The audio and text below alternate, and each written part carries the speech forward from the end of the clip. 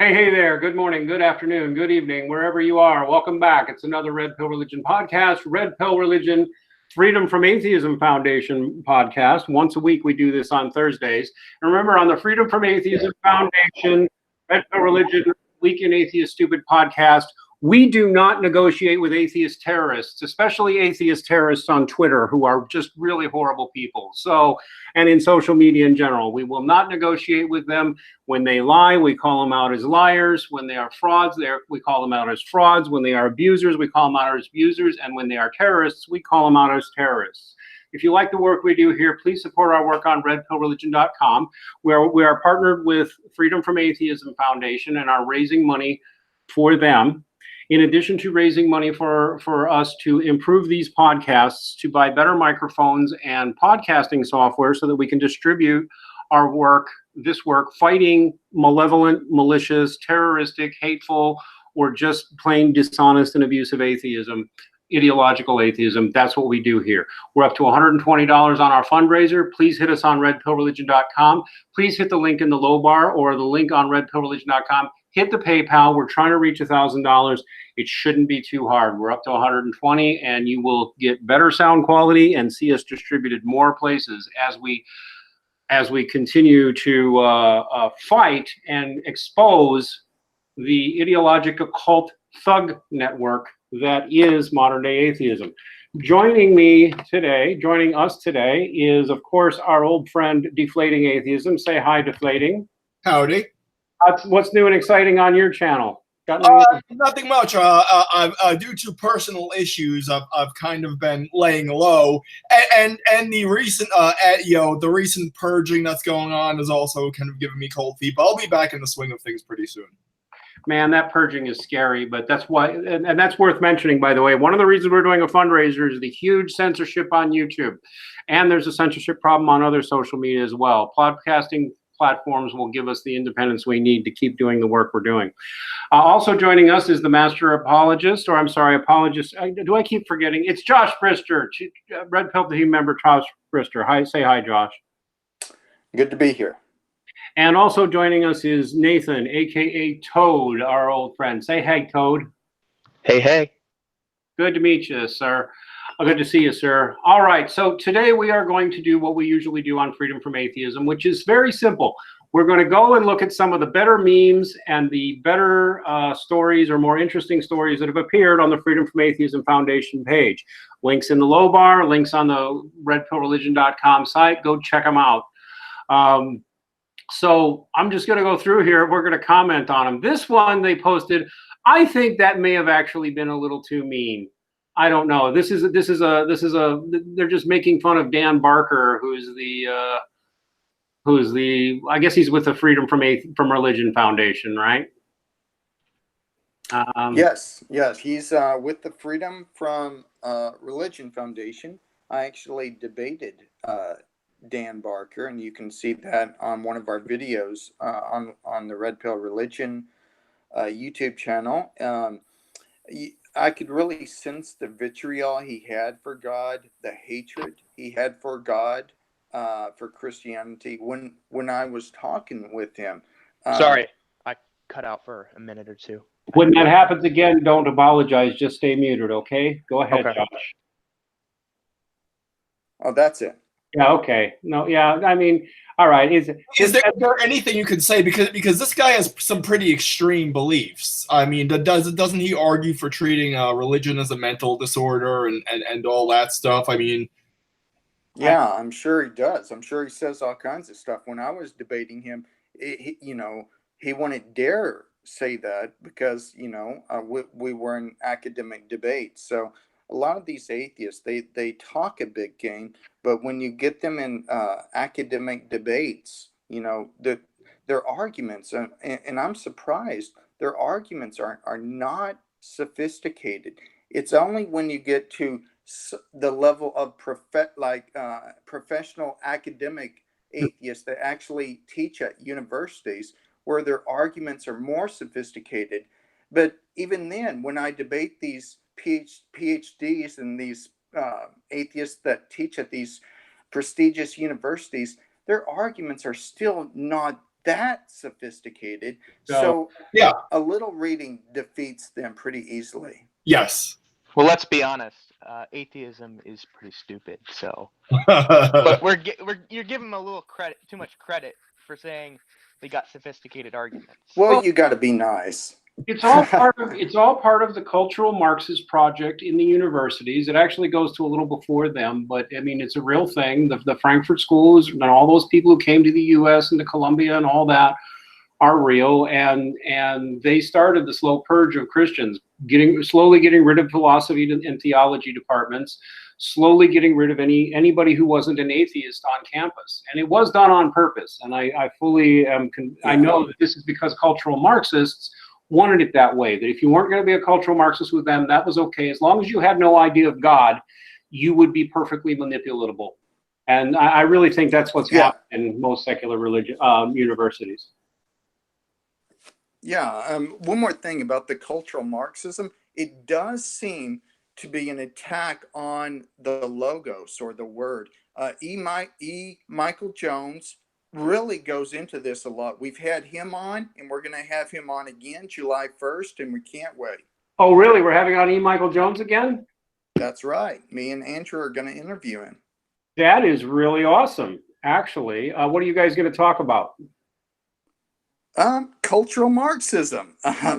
And we're going to talk about the rise of social justice warriors, atheism, the pettiness of some of the arguments that atheism has, and so forth. Well, I'm looking forward to that. I know he certainly upsets some people because he's got pungent observations about the Jewish people, but he's definitely not an anti-Semite in my estimation. And he's just filled with great information, and so I'm going to look forward to that. Yeah, absolutely. Anybody who's listening to this, you need to really go on YouTube and listen to E. Michael Jones. This is a brilliant thinker, and even though you might disagree with a point here or there, he's a really brilliant thinker, and he really destroys cultural Marxism, atheism, and the whole historical background. It's really an attack on Christianity, an attack on the logos, which was the center of Western civilization for the longest time. Absolutely, absolutely.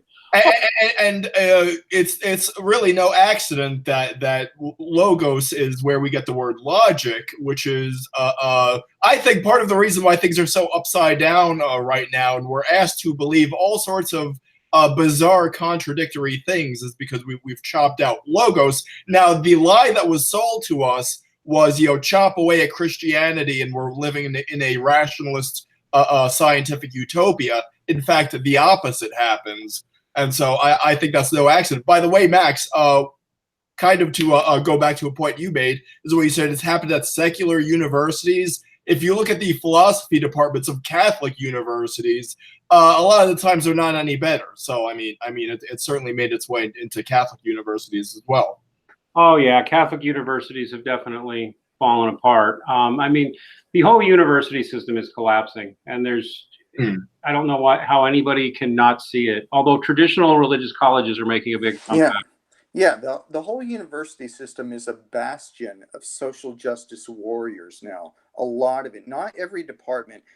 Really, one of the last departments, the strongholds that is yet to subside to the cultural Marxists, is the area of philosophy, specifically Christian philosophy, which there has been a revolution since the 1960s with the work of Alvin Plantinga and many others that have really, defended common sense Christianity against this cultural Marxist philosophy.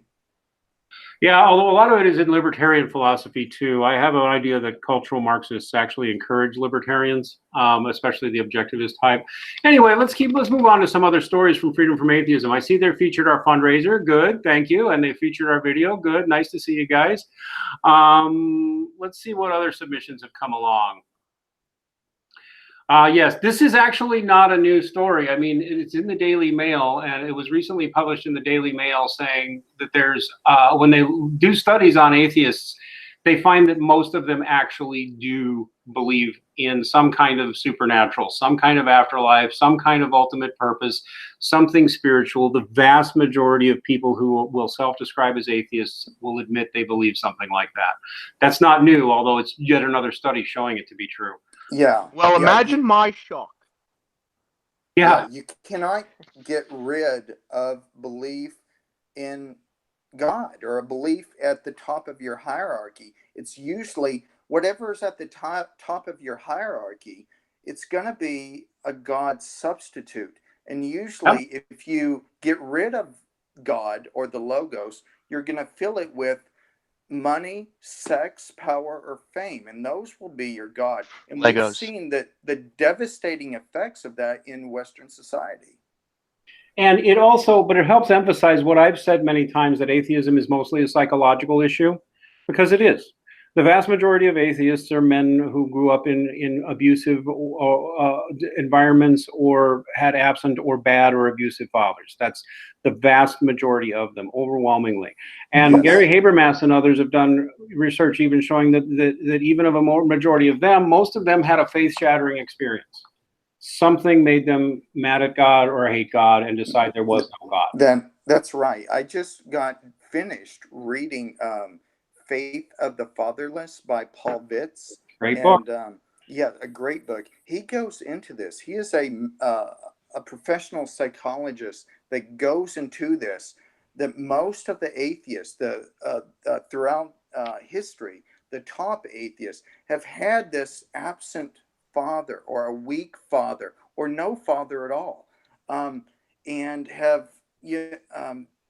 been raised and they've projected their anxiety or their hatred towards their weak father or absent father onto the cosmic father, God. So Yes. they've projected their hatred onto God without even knowing it. Yeah. Oh, by the way, the comments, Sai Teray holds out for your point somewhat there, deflating. He says, yep, I'm a Catholic philosophy department. I'm in a Catholic philosophy department. It is the last holdout. They teach all the damnable crap here too in all other departments. Yeah, I'm not surprised. And they're trying to kick out the decent philosophers. And they really, most atheist philosophers in colleges now are most philosophers in colleges now are atheists, and they're all terrible and they're all incoherent. And all those departments got filled with atheists because the department heads made a decision decades ago to slowly simply not promote or give tenure to Christians, not as a stated policy, but just to get them out. So the people who created those universities are gone now, and they suck. Well, hold on. There is definitely a lot of atheists, but there has been that revolution in Christian philosophy and in philosophy departments. So it's really Christian philosophers that are the last bastion of hope for our education system. Yep. Now, I think it's also a matter of sometimes the emptiest wagons make the most noise. I mean, yeah, Christian philosophers may be doing important work, but they kind of worked stealthily, I think, in the modern environment. Their results may pay off, in the future. It may actually hit the kind of demonic level.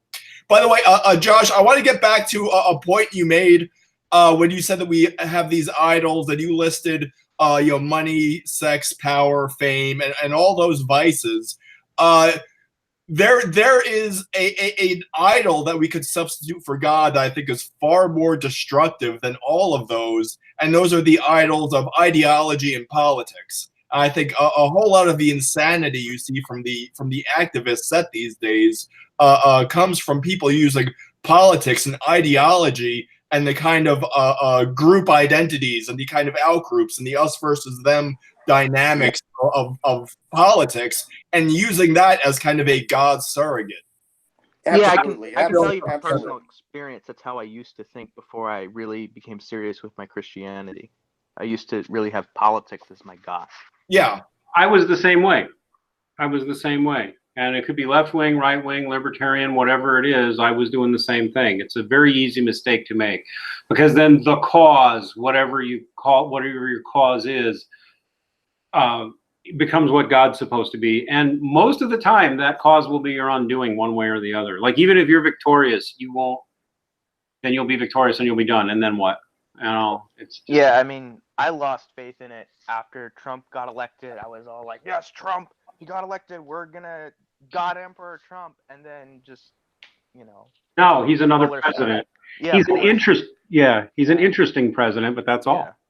But by the way, Nathan, you're a little quiet, so if there's something you can do to up your volume, that would be good. Yeah, Wood, you might want to speak up a little bit, but that's okay. Is it better this time? Yeah, it is.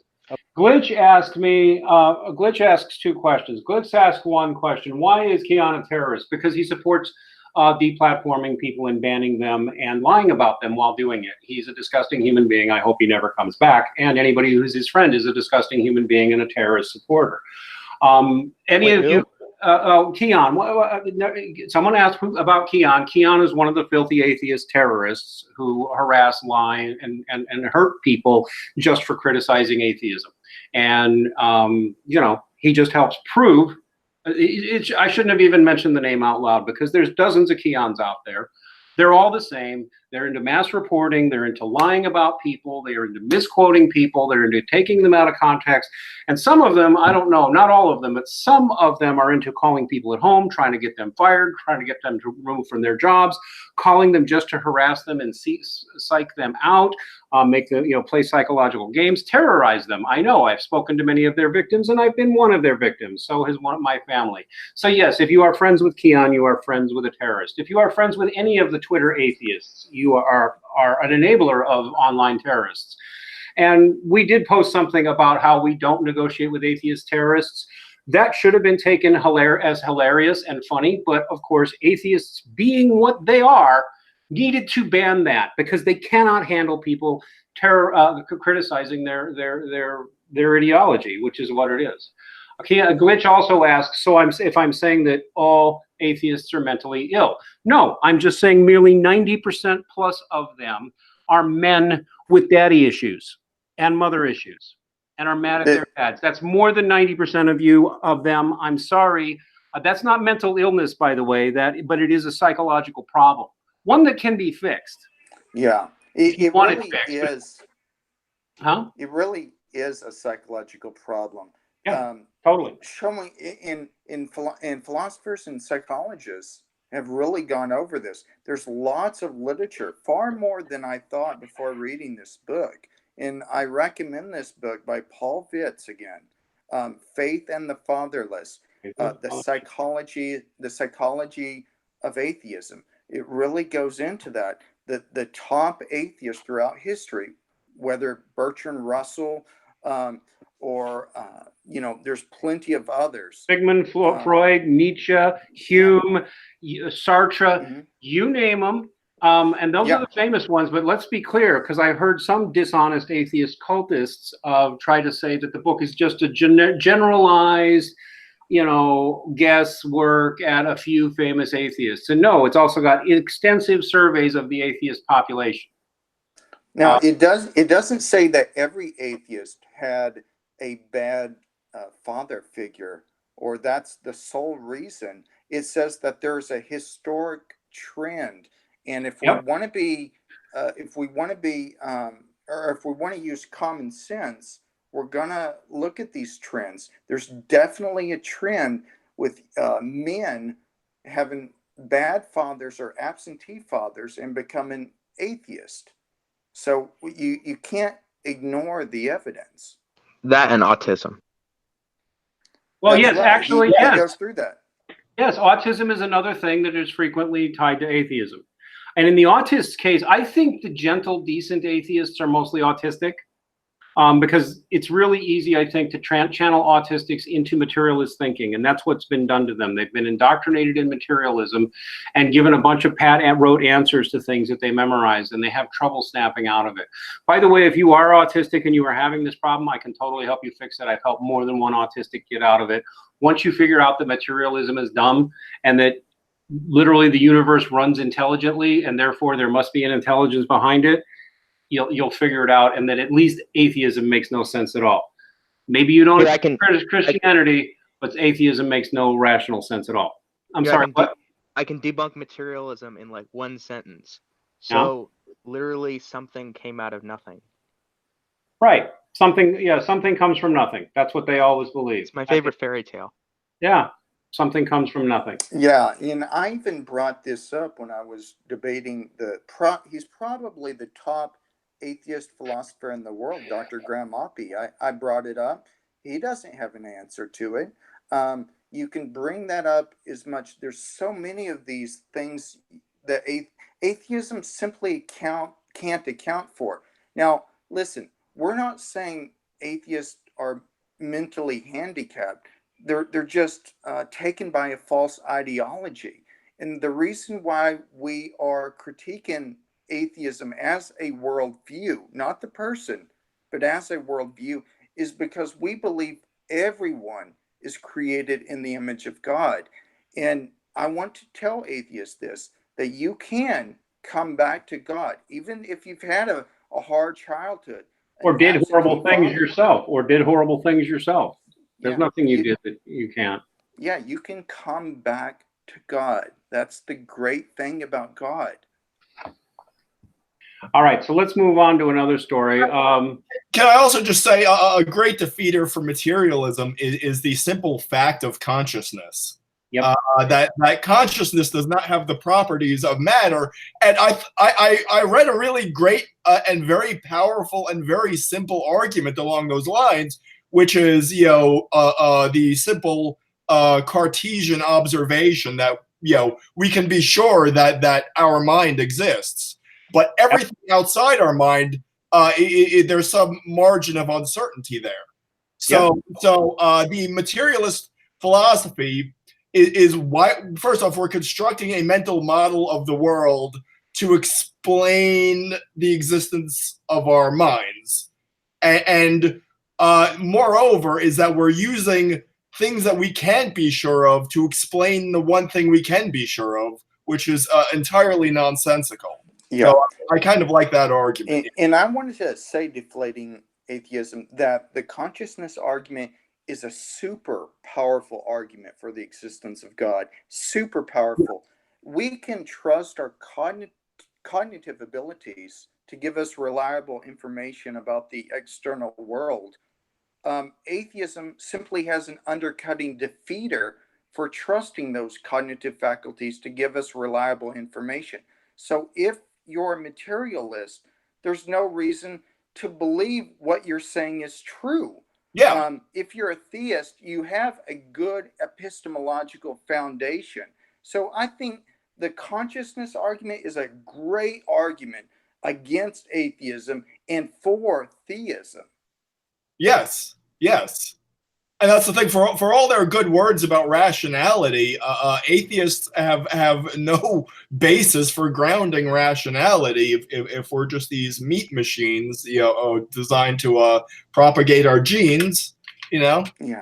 And the reductionists, they would reduce or hello, you cut out. Mind of mental capacities. So there's no reason to believe that we can have reliable beliefs about anything, much less about the external world, or the belief in other minds, or the belief in the past. There's so many things that atheism takes for granted. It's really not a serious philosophical worldview now. Nope, it's really not. And more people are figuring that out. The atheist population is still rapidly declining. And one of the things that keeps happening, like, for example, here's another one, and this is common. Here we go. As the experiences piled up, the atheists I had joined no longer sounded so disinterested and broad-minded. I had accumulated several classic and contemporary statements of non-belief, and as I perused them again, they seemed more and more to contract life, not expand it. That's from an English professor and former atheist, Mark Bowerlin, who converted.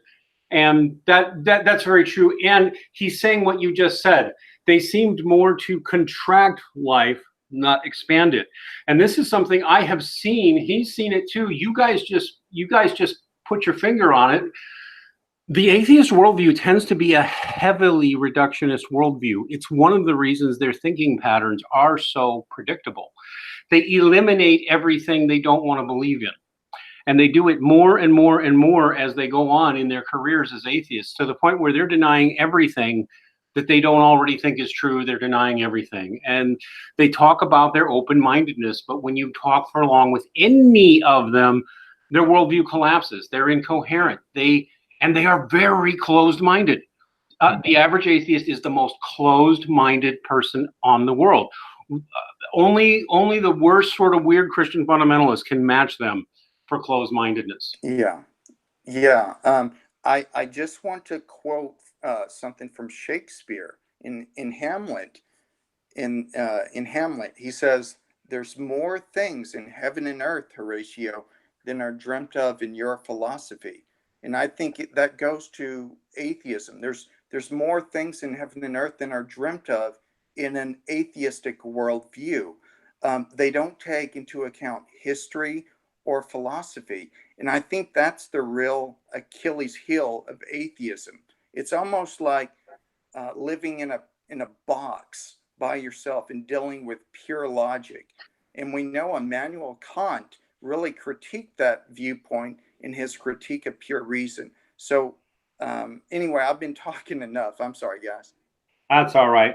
Here's a good one, slagging off on Richard Dawkins, who's, I'm surprised he's even still alive. But I love how they find this. Here's Richard Dawkins giving the standard atheist belief, which is that there is no good and evil. The universe that we have observed has precisely the properties we should expect if there is at bottom no design, no purpose, no evil, no good, nothing but pitiless indifference. He's mistaken on that, but that's what he believes. But then you hear him in other contexts. Here's another one. I think a case can be made that faith is one of the world's great evils, comparable to the smallpox virus, but harder to eradicate. So he does believe in evil. He just believes anybody who doesn't believe as he does in atheism is evil. It's Note well the pathological language he uses there. Could you put that back up? Sure. Yes, I would definitely call that pathological Nazi type language. Yeah, comparable to the smallpox virus. So when you have an epidemic, what do? You try to eradicate it. And this is the exact kind of logic that the tyrannical atheist regimes have used to stamp out religious belief. And when they can't do it through propaganda, they do it through brute force. Not if they can't eliminate the beliefs, then they just eliminate the believers. So there is a straight line from that kind of pathological, epidemiological language to mass genocide, basically. So you need to watch out. Oh, there is a definite straight line between language like this and genocide, and it's happened many times.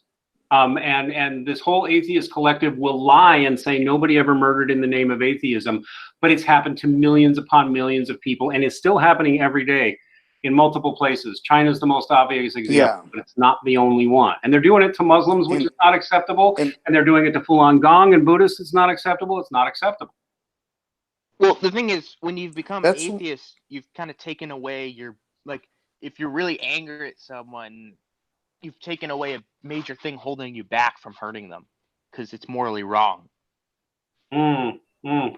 Yeah, absolutely. And we have examples of this. So I do want to mention this one last thing because it's important. If you investigate the Soviet League of the Militant Godless, which was a propaganda campaign that also included shock troops on the ground to beat people up and kill them and rape them, which is things that the League of the Militant Atheists also did, you will find there is a straight line between that and Richard Dawkins and Richard Hitchens and Sam Harris, who all directly used material from the League of the Militant Godless and also used materials from groups directly associated from the League of the Militant Godless that millions of Christians died from, and Jews, by the way.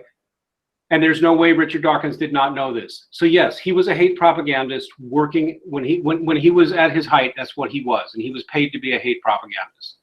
Well, the only good thing to come out of Richard Dawkins is that one South Park 3-parter making fun of him. Oh, that Go God Go episode, that 3-part. Oh, my atheism. It's great. And you know what? You can't find clips of that online anywhere anymore. What? I mean, it's really, well, you can look, but it's hard. You would think clips from that would be all over YouTube. They disappear instantly, just about, if you put any clips from it. Except that if you search for clips of that on YouTube, of that South Park episode, you will find clips that somebody altered the soundtrack on to make him friendly to Dawkins and friendly to atheism. When that three-parter of South Park was the most devastating take on the atheist community that's anybody's ever been done. I recommend everybody go look for that episode. Go God Go. It's three-parter and it's South Park, so it's vile, but it's hilarious. Well, the most devastating take from pop culture, at least. Yeah. Yeah, I watched it a couple years back to celebrate the launch of Nintendo Switch, because the whole shtick was he's waiting for the Wii to come out. Yes, he was waiting for the Wii to come out, so we could put, what was that, about 2007 or so? I don't remember. Yeah, I remember being like 6 years old, and my dad, the episodes were first airing, my dad showing them on, and then the sex scene between Richard Dawkins and Mr. Garrison show up. My dad quickly changes the channel. Richard Dawkins would never say those things to a professional philosopher like William Lane Craig in an academic debate. He likes to say this type of rhetoric in books and speeches, but when William Lane Craig went to England in his debating tour, Richard Carrier pulled out of his debate, and he was rightly criticized by atheist philosophers. So take that into account. Yeah. Well, Richard Dawkins isn't really engaged in the quest for the truth. He's mostly just pandering to his fan base at this point. You know, they're willing to buy his books and attend his lectures. That's money in his pocket. I mean, on some level, I almost don't blame him if he just wants to make money. Why engage in an actual authentic quest for the truth? Yeah. Yeah. Let me say this too. Richard Dawkins is great at science, but when he goes when he goes outside of his field into theology and philosophy and history, that's when he's really not speaking coherently, and his arguments are very weak. Oh, so, you wound me so horribly when you say that, Josh, because that is part of Richard Dawkins's shtick.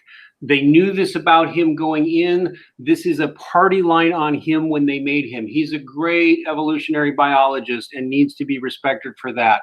No, he is not a great evolutionary biologist. And no, he is not a great scientist. In fact, all of it, most of his work on evolutionary theory was proven wrong decades ago. Selfish gene is complete and total garbage, and he hasn't even withdrawn it. He has a few times publicly pledged to update it for all the new findings in evolution and genetics and all that have come along since he wrote it, and he's never done so. Do you know why? Because if you include all the things we know, nothing in the book, The Selfish Gene, is correct. Nothing, literally nothing in it is right. And yet it's still selling, and people are still treating it like it's science. It's time to take him off. This man is a pseudoscientist. Not only is Selfish Gene completely debunked, and I mean completely debunked scientifically, it has no scientific validity among evolutionists. Among atheist evolutionists, they give it no credibility because it has none. He also advanced a pseudoscience theory called the mimetic theory, which sounds like a similarly named theory, which held, in fact, literally, that religion was a mind virus, and that if you could stamp out religious belief, there would be no more religious belief if you treated it like a mind virus. He tried for more than 20 years to prove this scientifically, and eventually withdrew it because it had no merit at all. He's a pseudoscientist. Never give him an inch. He's not good as a scientist. If you read Richard Dawkins on evolution, you will become away ignorant and stupid on evolution because you believe things that are wrong. I'm trying to be charitable now. Don't ever do that again because, I'm sorry, I don't want to, I'm yelling too much, but I love science so much. I love science so much. It's my favorite topic. I can name all the great scientists who are my heroes, and Richard Dawkins is filth as a scientist. Well, let me just say this. I think we can agree on this. When he delves into subjects outside of his narrow Field, scholarly understanding. He is atrocious when he goes into philosophy or history or theology or any other branch, psychology, anything. He is way out of his depth. This is true of all the professional atheists. This is true of every single one of them except maybe Daniel Dennett, and maybe Stephen Hawking. And But virtually something about Daniel Dennett. He is a respectable scholar. I hope that we'll be able to debate him next year. Well, I hope you can get him. I won't be there because I wouldn't be able to be nice. He is a mediocre computer scientist of no great distinction, and a joke as a philosopher. The only two atheists I can think of who are not jokes as scientists, arguably Stephen Hawking, arguably, who was the other one I just named? There's very few of them. Richard Dawkins is not a great evolutionarist. You got all these frauds with PhDs running around. King Crocoduck with his decades out-of-date physics degree teaching people wrong things about evolution that are contrary to standard teaching on evolution now. He's not real great on physics either. He's decades out of date. Digital Hammurabi runs around with his completely irrelevant degree in Assyriology. Let me finish. His completely irrelevant degree in Assyriology and pretending that makes him an expert in biblical exegesis. You have, Neil Tyson, who's never done anything meaningful in science. You have Lawrence Krauss, who, again, a total fraud as a physicist, nothing valuable in anything he says. His fellow physicists consider him a joke. I think it's important to start calling out, not calling these people great scientists, because almost none of them are. Daniel Dennett's not an idiot as a scientist, but he's not a greatly accomplished one either. I hope you can get him on, but I don't know. Do I want it? Do we want him? Ugh, you can talk to him. I don't want to talk to him. Me and Andrew will. Dr. Josh, he is a friend. Not to me. Okay. I understand. I really liked how cordial he was in his debate with Dr. Brown. And that's something we want around here, a cordial dialogue with the atheist community. You have that. I don't do that. I view them as genuinely a threat to civilization and a threat to my family. They're genuinely loathsome people. They have different moral standards than us. They don't have any morals. Exactly. Yeah. Well, I was going to say something about Richard Dawkins. I honestly don't hear about him much anymore. I haven't really looked into much the guy. I hear more about other atheists like Sam Harris, but Richard Dawkins, all I've seen, he looks like this kind old man who's just a nice old man. Yeah. I never have heard him say any of this crazy crap. I mean, I know he said it, and I know you brought it up, but I haven't seen the clips ever. A lot of his worst clips get removed. That's the funny thing too. Well, coincidence. Sam Harris at least took away one useful lesson from Darwinism, which is that you have to adapt to survive. So he tried to rebrand atheism as a kind of West Coast kind of mindfulness cult or something. So he's managed to stay somewhat relevant, but I think Richard Dawkins just ran afoul of the whole Me Too social justice crowd. So they kicked him out on his ass. So yeah. Well, Sam Harris was able to stay relevant because he debated Jordan Peterson, I think.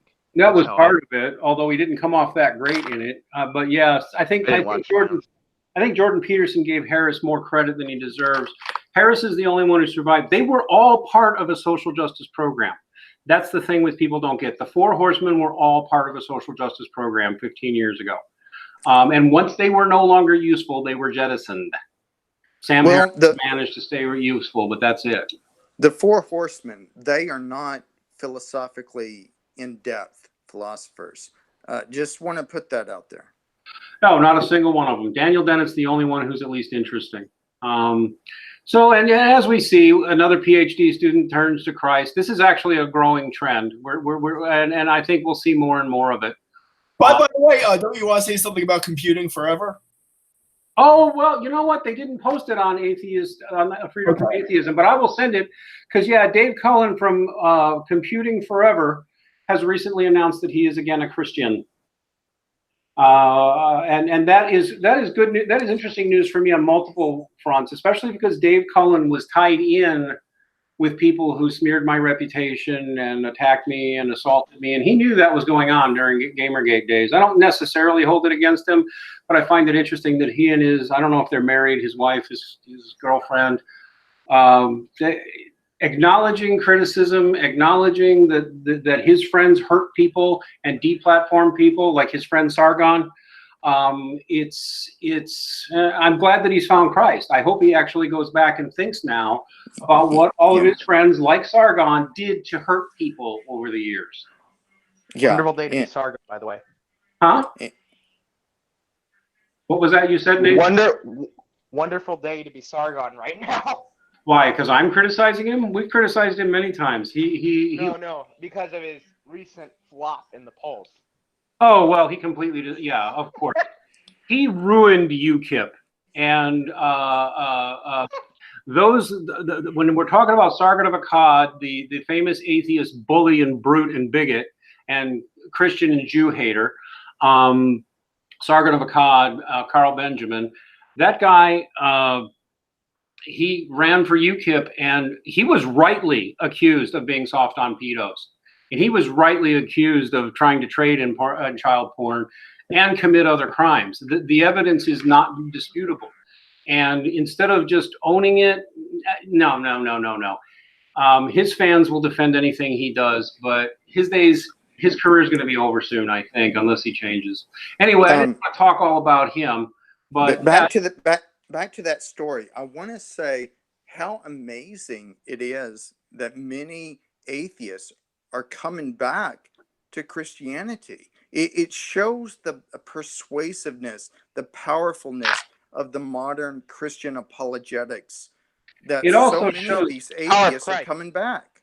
It also shows the complete emptiness and stupidity and vapidity and shallowness of the scientism, the pretenses of science, the pretenses of being experts in evolution, which almost none of them are. And yeah, here's another story. I've mentioned this before. It says, despite claims that millennials are abandoning Christianity, a new poll indicates evangelical millennials are more likely to be engaged at church. Yeah, young people are getting really involved in church. And one of the myths, by the way, is that the churches are like the Christianity somehow is shrinking, but it's not true. The core base of Christians in the United States is unchanged in decades. Going back to the 80s at least. The number of people going to church without fail every Sunday, or pretty regular, has not changed. It is, as a percentage of the population or raw numbers, it has not changed. What's happened is the casual Christianity has dropped off. Hatred for Christianity has been normalized. But a number of people... I'm okay with the casual dropping. Huh? I'm okay with the casual dropping. I mean, they weren't really... real. I don't know. I actually liked it a little better when I was in a country where most people at least had some deference and respect for Christianity, and maybe now you know who the real Christians are.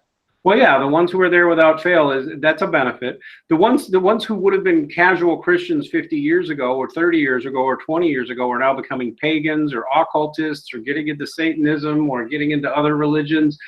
What they're not becoming is atheists. They're not becoming atheists at all. Yeah. That's absolutely right. Absolutely right, Max. In the global South, Christianity is exploding like no other in Africa, in China, in South America, in Asia. So Christianity is not going anywhere. And by the way, Christians are having more kids than atheists. And so in a couple generations, a lot of these countries like England or Ireland are going to be Christian. Well, they'll be Christian or they'll be something else. What they won't be is atheist. And thank God, because look at this story. This went up yesterday. I like the line there. This is what atheist government looks like. It's a story about how that's been coming out slowly over the last year, that the famous Tiananmen Square, I guess, I don't know how many here are old enough to even remember it. I do. I remember what I watched. We never found out what happened at Tiananmen Square, except we have the last few years. They ran tanks over them. Literally, that's what happened. I thought we always knew that. See, we only found out in the last few years. What we did not understand was the scale of the death.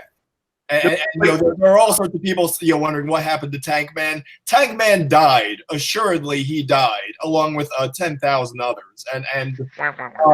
Literally, by the way, literally run over by the tanks. It took a few hours. They were told they had an hour to leave, and then within 5 minutes of told they had an hour, tanks started rolling through and running them over, and they were barricaded so they couldn't escape. So they all had to watch, and all had to eventually be crushed.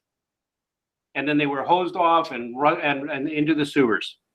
That's what atheist governance looks like. And I will not tolerate anymore some atheist goons saying, no, it's just communism. No, it was state atheism that was done to do this. This is an atheist regime, fully secularized, and does not hesitate to kill or torture anyone. Because that's even if Joe Schmo, the fedora tipper, doesn't believe in that, well, okay, he doesn't. Never mind. Yeah, I know. They'll laugh at it. They'll laugh at it, and when you give them evidence is true, they make excuses for it. This is why I say again, you can't trust these people, huh? It's always going to lead to it, even if Joe Schmo, the fedora tipper, doesn't claim to believe in it. Like, even if it's not even him who supports it, and like this is hypothetical, then eventually it's going to get to that. It's just human nature. Yeah, well, that's the thing. If atheists can't be honest about their own history, why should we believe anything they say? Religion shackles human nature, and that's a good thing. Here's an interesting story. We don't have to, we've been an hour. That's okay. We might go 2 on this one because this is fun. Notice this. Atheists are sometimes more religious than Christians. This is absolutely true. The Atlantic was even willing to say that. And it's so true, man. Whether it's the transhumanist religion or the objectivist religion or the Marxist religion or the nationalist religion, all of it is religion, and they tend to be more religious than the average person. Yeah, the demand for religiosity doesn't go down. It's the supply when you have atheistic governments that keep the supply down. I taught economics. This is what happens in human history. They need to read Rodney Stark's books. This is clearly what is happening. When you get rid of God, you make gods out of idols, ideologies, money, sex, power, fame, what have you. Just like the Bible says. Yeah, amazing, isn't it? Amazing how that happens. Well, imagine my shock. Well, let's see. Do we have anything? Anything else going on Freedom from Atheism here? Let's see what this story says. It says the National Study on Youth and Religion found a fact that it is nearly determining in turning this around. 8 out of 10 young adults ages 24 to 29 who were still participating in their faith after being in high school had one thing in common: their parents. Yeah, and that goes back to what I've been saying all along. The children of here's an interesting fact. The children of the religious tend to stay religious. What the atheist collective has been betting on for a couple of decades now is that if they could make the kids atheist in the public schools, in the government schools, and in the culture, then religion would just die away. And that's not what happens. It's not what happens at all. The kids are more likely to be atheists for a while, but in fact, the majority of children of atheist parents turn religious. And the majority of the children of the religious stay religious, or they go atheist or something for a little while and they come back. Almost nobody stays atheist. And yes, if your parents are, especially your father, if your parents are devout and they're good and loving parents and not bad parents, you will almost certainly stay religious. It's just a given. So the only way to stop it would be to take people's kids away, like they do in China. By the way, a few years ago, William Lane Craig responded to an article a woman had written and had posted to a forum of some sort, and it was absolutely disgusting what this woman wrote. It was like, I'm a church-going mother, but I'm happy my child is an atheist. But when you actually read the article, it became clear that this woman had no respect for the Christian religion at all. She didn't take it seriously. But went to church because she thought it would be good for the kid. And then the kid start saying, well, idiotic things like I believe in science rather than God. So, oh, well, at least he's thinking for himself. At least he's making up his own mind. I effing love science. That idea did not come from the kid. It was planted in his head by someone else. But kids are a lot smarter than we give them credit for. So if you're a parent and you don't take Christianity seriously, but you make the kids go to church because you think it's good for them, they'll sniff through that in no time. And those are the kids who are likely to end up as an atheist, or at least an atheist temporarily or something. Exactly. Or who will make a lot of mistakes in their life and then come back to Christianity when they start reading and using reason to prevent society from going downhill from, welfare and so many other things, taxation, so many other things, crime specifically. Start teaching your kid about God at an early age. See, I have no sympathy. Like, I don't care. Like, Christian numbers apparently going down. I don't care if these types of people are leaving the church who, openly support things that are anti-Christian and don't care about what Christ taught. Like, I can see that. I can really see that. You're attending the Pride Parade. You're doing this. You're doing that. It's like, get out. Stop calling yourself a Christian. I'm with you on that. And I like this one. This is a little change of a subject, but it relates a little.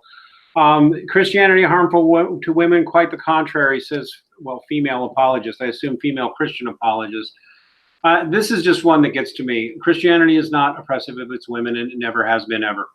Never in its entire history has it ever been oppressive of women. And the only way feminists can get away with that horrible, hateful lie of a claim is by ignoring, because they'll say women were limited from doing this and women were limited from doing that. Yes, but they don't. They never ask what the reasons were, and they never acknowledge the special rights and privileges women had that went along with their limitations. Because women had special rights and privileges that men did not have, and men had special rights and privileges women did not have. It was a complementary thing. Women had and still by and large around the world have the right to have men protect them and provide for them, and they all depend on it, by the way. And it's wrong. This will change us to the subject of the misandry that is inherent in all forms of feminism. But it's also anti-Christian bigotry to claim the Christians repress their women. They never have. Yeah. The whole notion of consensual marriage comes from Christianity, comes from the Christian tradition. Otherwise, women had no say in who they were made to marry. Yeah. The Bible is incredibly clear that men and women are of equal value, and that women are to be respected and cherished, and that women have rights, and that women are people. Heck, you look at the Catholic religion, there's probably more female saints than male saints named, probably. Yeah, I guess that's the right. way I look at it is, like, I remember saying, like, I was kind of fighting because I'm joining the Catholic Church, and I was fighting with my former youth pastor about, like, women priests. I guess my point is, he's like, oh, you're sexist or something. It's like, no, if it was the other way around, I'd be okay with not having a right, because that's what God wants. I take seriously what God wants, not what I want. And you're going to find that for all the caterwauling, it's usually women who are more uncomfortable with the idea of female priests than men. That's another dirty secret. Look, if it were up to me, I'd have female priests. I'm just being honest. I'd have gay marriage. Honestly, I would. But do you feel it's not up to you? Yeah, it's not up to me. Okay, so let's think about this one. I'm not quite sure. It's easy to prove that atheism is a belief. Simply ask an atheist if the existence of God is obvious or not. If they say no, then that's their belief. It's not obvious. So they don't. If they say yes, they're no longer an atheist. Yeah. Well, that's their fudge when they say they merely lack a belief. And so, when they say, well, I'm an agnostic atheist, so I lack a belief, but whatever the convoluted formulation is. So a person doesn't say they merely lack a belief if they don't know God exists, but they think there's like a 98% probability he exists. No, what if you're an atheist, that means that you think God's non-existence is at least more likely than his existence. Otherwise, you wouldn't be an atheist. It's not like I'm not sure, but there's 98% chance he exists. No, you think that God's existence is improbable at the very least. And so then, if that is a claim you were going to make by or you're going to imply by saying that God is comparable to Santa Claus or anything like that, if that is a claim you're going to make or imply, then you bear a burden of proof for that claim. Exactly. That's exactly right. I'm gonna put exactly on my right. The historic position. Oh, I'm sorry. I didn't mean to interrupt you. Anyways, wrestling commentary. I think it's a globalist plot that Santa Claus exists. Right? They've hijacked Christmas. I'll be honest. They've hijacked Christmas. They've turned it into Santa Claus. And I don't think you should tell your kids Santa Claus exists, because I think that makes them doubt God in the long term, because it's just subconscious. Like, I remember when I found out Santa Claus wasn't real, it was like my world is crushed. It Really? Yeah, it was like a subconscious thing that prevented me from believing in God for a while. You know what? That may have happened to me too. I resented the hell out of my parents for lying to me about Santa Claus. I was pretty sure they were, and I found out that they were, and then they got mad at me. And it did bother me. It did bother me, and it did affect my view of the idea of God too, that they tried to push on me. Yeah. So I can totally see. I'm very against the whole Santa Claus thing and lying to kids about it. I'm very against it. I mean, I don't mind. Take the Santa Claus gave me a gift, but everybody would, low key know that Santa Claus isn't real. But instead, I think the better way to approach it for your kids is tell them who the real Saint Nicholas was, and tell them of the Santa Claus is kind of a spirit of Christmas and giving, and I'll be Santa Claus this year, you'll be Santa next year. I don't know. That's probably pulling us off topic, but I really spirit of Christmas is not gift giving; it's Christ. By the way, 100 years ago, no children were being told about Santa Claus. I actually find American Santa Clausism a little odd. But anyway, the entire appearance with the red suit and the big belly, that all came from a Coca-Cola advertising campaign. Yeah, and Rudolph came from a department store. Yeah. And yeah, most of the Santa Claus lore is fairly recent.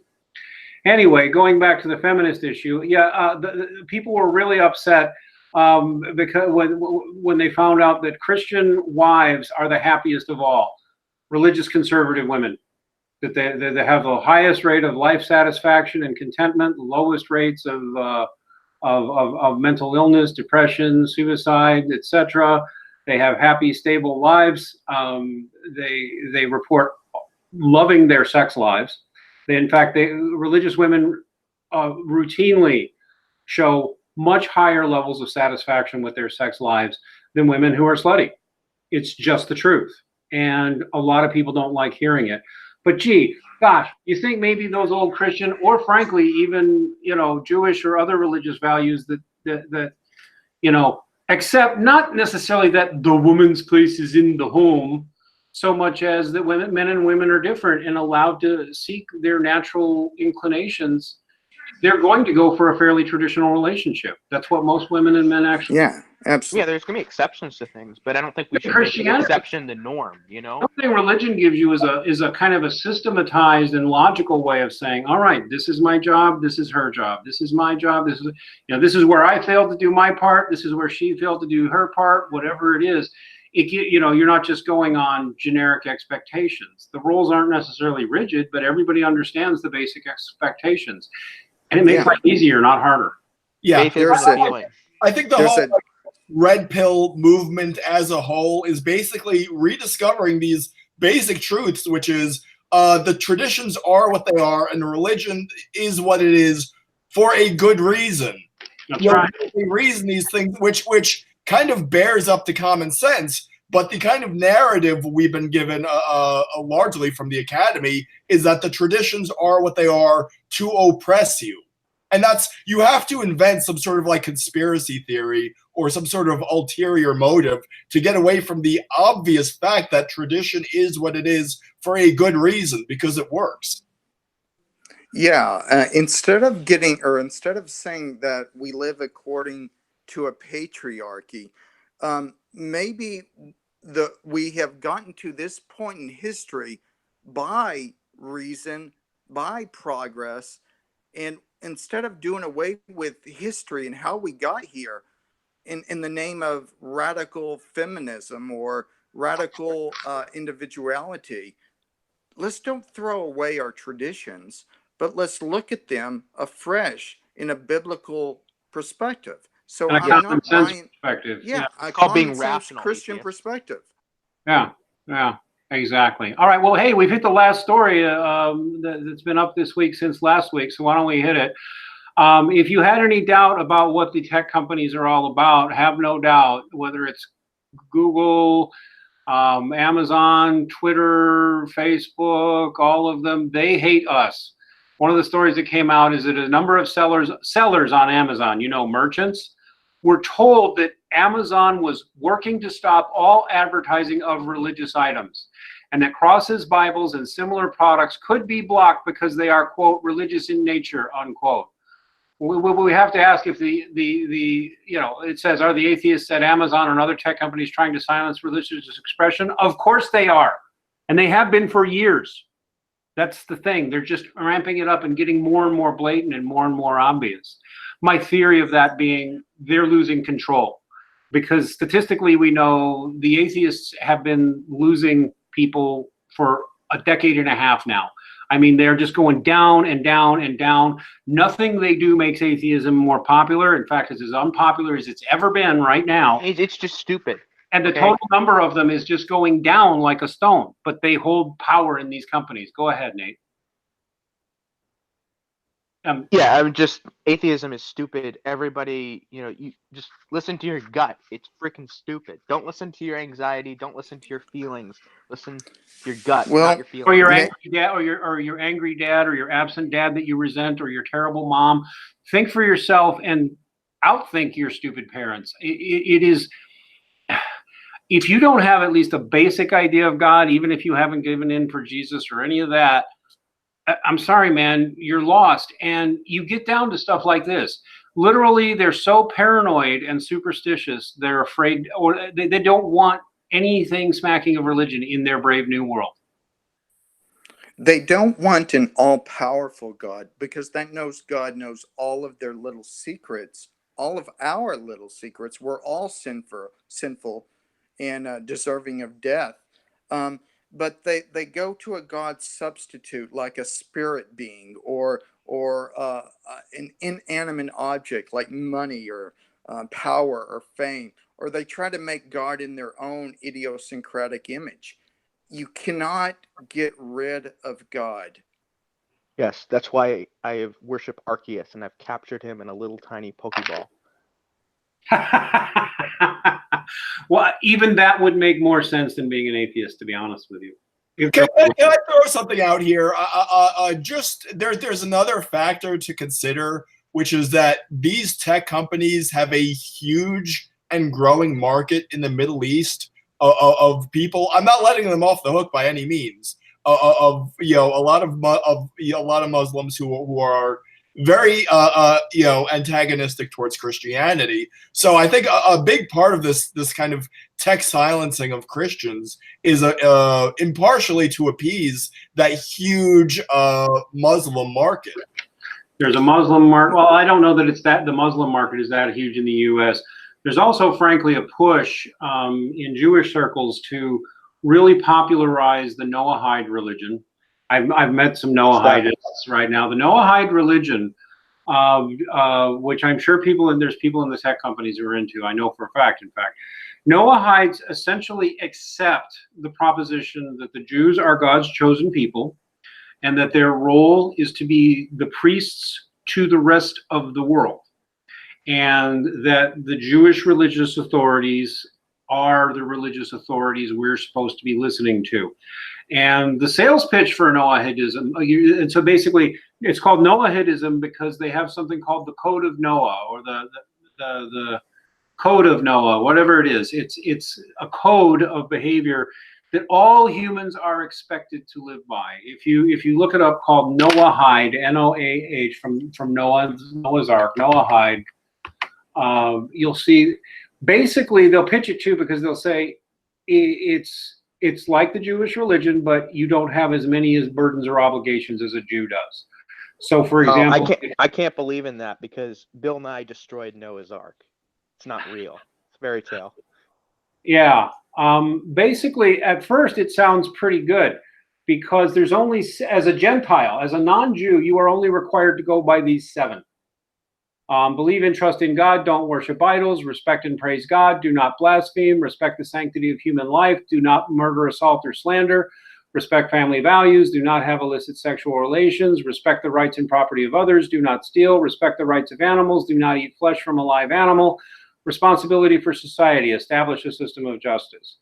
And that's the whole Noahide called. So if you become a Noahide follower, you will believe that you are worshiping the God of Abraham, Isaac, and Jacob.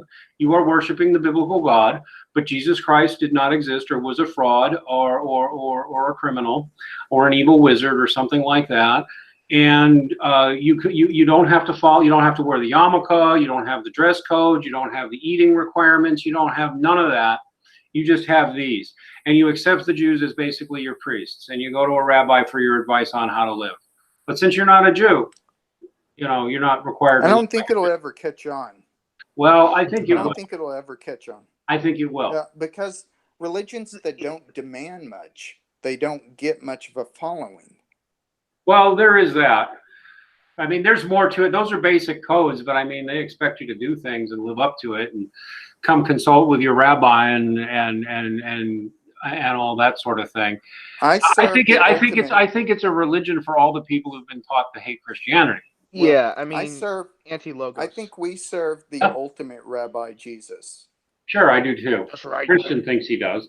But I remind you, Red Pill Religion is still officially not a Christian channel. We talk to people kindly and defend all religions here. But yeah, I'm just saying, all of these different religions are going to be coming.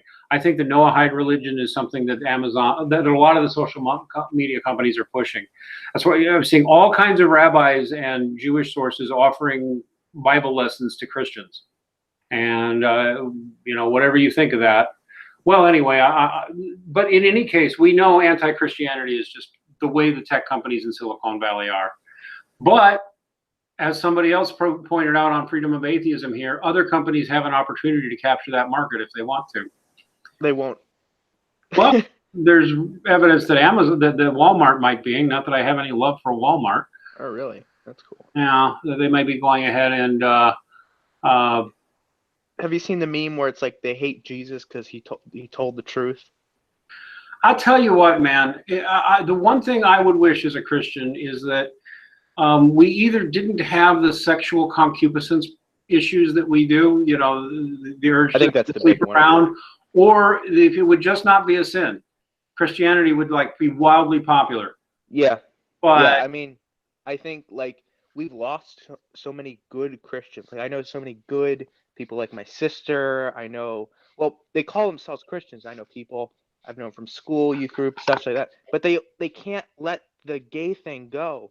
And I'm like, I don't know, where are you gonna go when you die? I'm worried about you. Are you really accepting all of what Christ has, wants? Because I know it was very hard for me to swallow too when I was first becoming a Christian. That homosexuality, even if you're born with it, that's just simple. You can't, do that. That was very hard for me to swallow, but I eventually did. Yeah, I live with the conviction. I think it's also the fault of some Christians that they have an almost myopic focus on this issue. That it's like the only Christian issue there is. They got trapped in a tar baby on that. I see Christians falling for it all the time. They want to fight the homosexualists all the time, and it's like now it gets way too negative. This is something I'd say about Ted Schubat, and even to a lesser extent E. Michael Jones and others. There is a lack of Christian charity that comes from a lot of that. A lot of people who are quote unquote gay, they haven't chosen to embrace something evil. They've been taught and groomed into something, and you need to be nice to them. Not accepting, but nice. You need to be kind. That's what I always do. Always be kind. Yeah, of course. You know, there's no reason to hate them, and there's no reason not to accept them. But it gets hard, and what gets me is that people won't accept that it's a complicated issue. They won't accept, for example, that what you grow up around can influence your choices later on, and it's just nonsense. Yeah. But I'm tired of it, because there's plenty of gay Christians out there, and I'm tired of gay Christians being assaulted and treated like garbage too. Well, that's right. Milo Yiannopoulos is one. Yeah, a lot of this has to do with their upbringing and suggestion, and thinking that gayness is a cultural thing.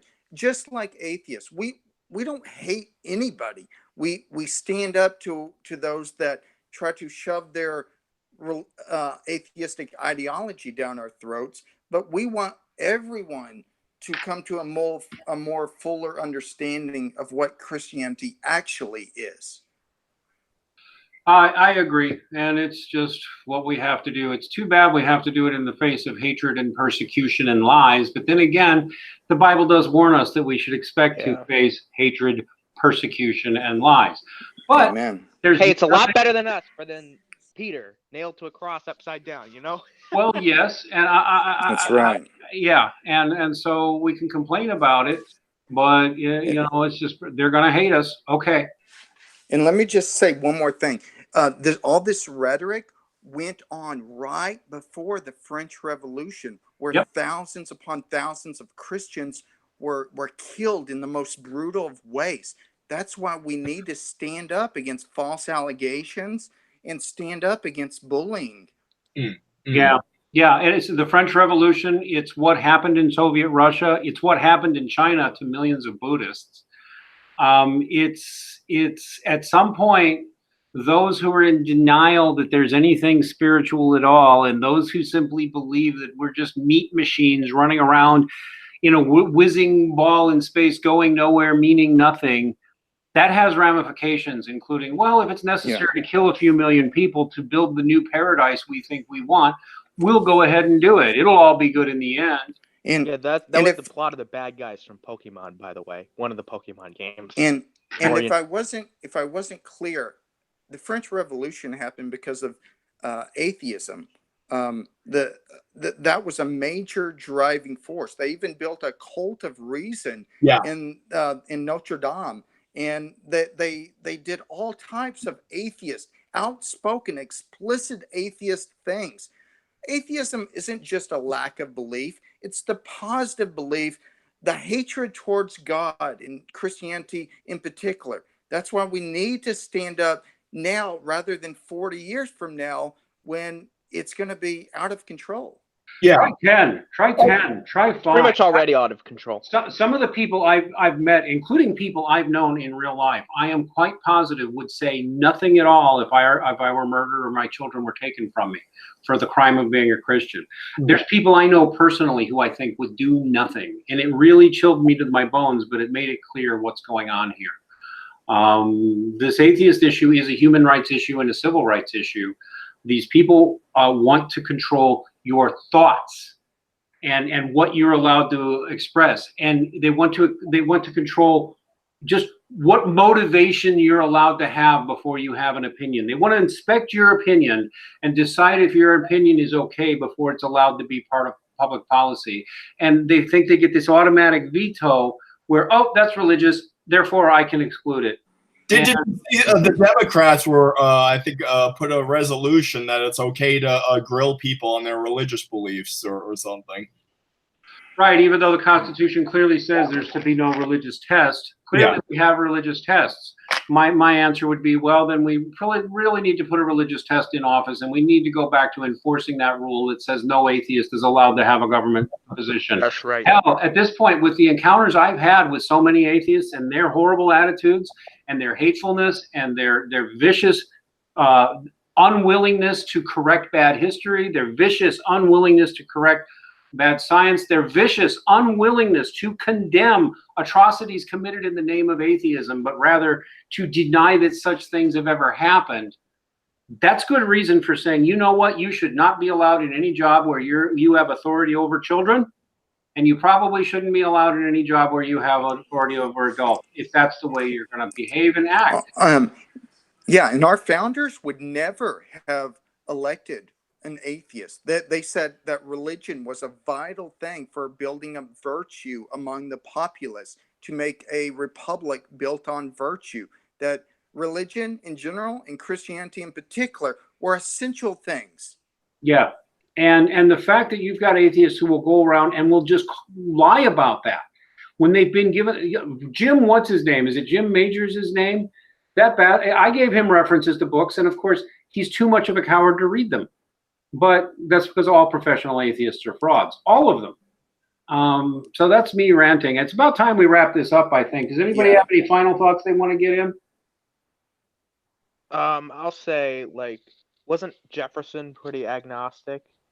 Jefferson claimed he was a deist, and he did not like organized religion, but claimed to be a fan of Jesus. Yeah, he believed that religion was essential. He didn't believe in the miracles, but he was a very big fan of Jesus. Yes. Now, with all of the founding fathers, there are a lot of quotes that are either apocryphal or taken grossly out of context that are attributed to them.